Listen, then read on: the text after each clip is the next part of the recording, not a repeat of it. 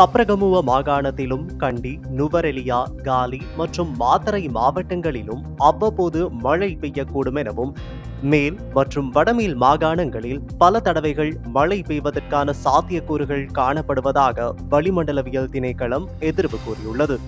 ஊவா, வடக்கு மற்றும் கிழக்கு மாகாணங்களில் மாலை அல்லது இரவில் மழையோ அல்லது இடியுடன் கூடிய மழையோ பெய்யக்கூடும் எனவும் திணைக்களம் வெளியிட்டுள்ள அறிக்கையில் குறிப்பிடப்பட்டுள்ளது.